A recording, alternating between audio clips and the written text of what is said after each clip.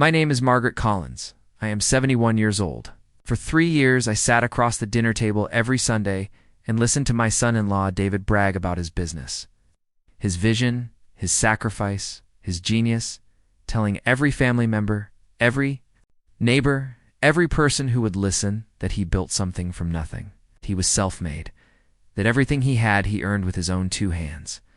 And I sat there quietly, cutting my food, sipping my coffee, and smiling, because David had no idea, not even the smallest clue, that the business he was so proud of, the company with his name on the door, the office he walked into every morning, like he owned the world, I built it, every single brick of it, long before he ever met my daughter. And I made a decision the day he married her that I would stay silent. I would watch, I would wait, and I would let him believe whatever he wanted to believe, because I needed to know what kind of man my daughter had married. And after 3 years, I finally had my answer. Let me take you back to where this all started, because you need to understand the full picture before you understand why what happened next changed everything. I started Collins & Associates in 1987 out of a 1-bedroom apartment with $40 in my bank account and a second-hand typewriter that skipped the letter G. My husband Gerald had just lost his job. We had a 4-year-old daughter named Patricia and another baby on the way. I was not willing to sit down and accept that our lives were falling apart. So I started doing bookkeeping for small businesses in our neighborhood, just me, a notepad, and a calculator that I borrowed from my neighbor, Mrs. Henderson, who charged me 50 cents a week to use it. Wow. And I paid her every single week for 2 years until I could afford my own. And slowly, painfully, one client at a time, I built that business into something real, something that employed 47 people at its peak, something that paid for my daughter Patricia's college education, her wedding, her first home, and something I eventually handed over to her when I retired. In 2019, because she was my daughter and I trusted her completely, and I wanted her to have a future that was secure. What I did not fully anticipate was David.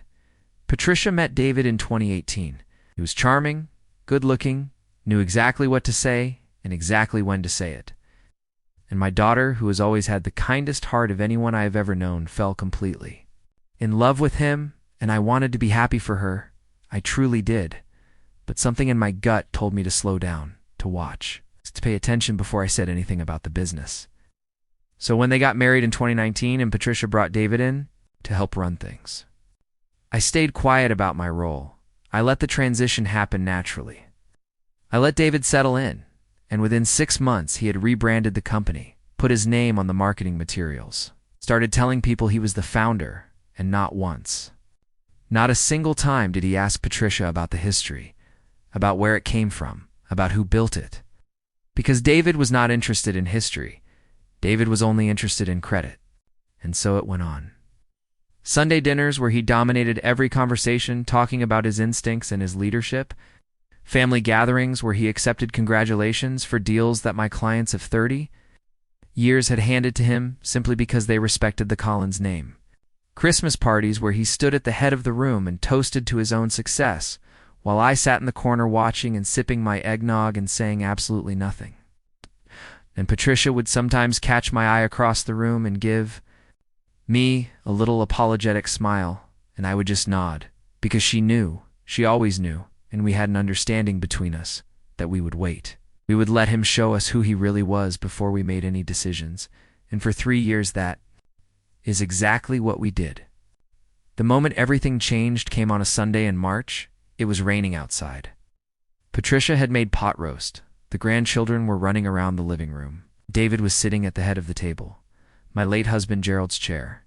I want to add telling my son Robert and his wife about a deal he had just closed, waving his fork around, laughing loudly, and he said, and I remember every single word, he said, the reason this company is worth anything today is because I had the vision and the guts to build it into what it is. Before me, it was nothing, just some little neighborhood bookkeeping operation run by some woman who had no idea what real business looked like. Psst. And the table went quiet. Robert looked at me.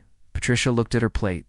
The grandchildren kept running, and David just kept eating like he had said the most normal thing in the world. And something in me that had been sitting very still for 3 years stood up. I put my fork down. I folded my napkin, and I said very calmly, "David, I have been meaning to show you something." And I reached into my bag and I placed on the table the original certificate of incorporation for Collins and Associates, dated March 14th, 1987. And next to it I placed the first contract I ever signed, a bookkeeping agreement with Henderson's hardware store, signed in my handwriting. With my name at the bottom, Margaret Louise Collins, founder, and I placed next to that the Forbes Regional business profile from 2004 that featured me on the cover with the headline, "The Woman Who Built a Legacy from $40 in a Dream." And I slid all three items across the table toward him, and I said, "Before you, it was not nothing, David. Before you, it was mine, every single piece of it. And I would appreciate it if you remembered that the next time you tell people the story of how this company was built."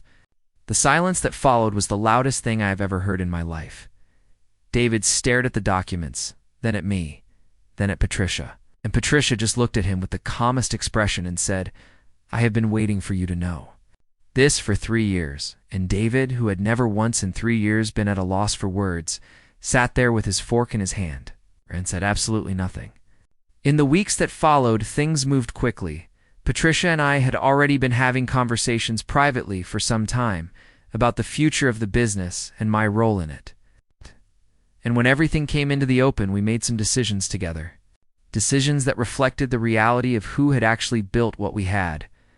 And David, who had spent 3 years taking bows for something that was never his, had to stand in meeting after meeting with clients who had known me for decades and watch them greet me like the founder I was and treat him like what he actually was, the man who married into it. And I will tell you that watching someone's face the moment they understand that the story they have been telling themselves is not the real story is one of the most quietly powerful things you will ever see. There was no shouting, no lawyers, no dramatic confrontation. Just the truth laid on a Sunday dinner table between the pot roast and the dinner rolls. And the truth was enough. It was more than enough. Because I am Margaret Collins, I built that company with $40 and borrowed calculator, and no amount of bragging, no amount of rebranding, no amount of fork waving at Sunday dinners will ever change that. I did not need him to apologize. I did not need him to beg. I just needed him to know, and now he does. And every single Sunday when he sits down at that dinner table, he knows exactly who built everything around him.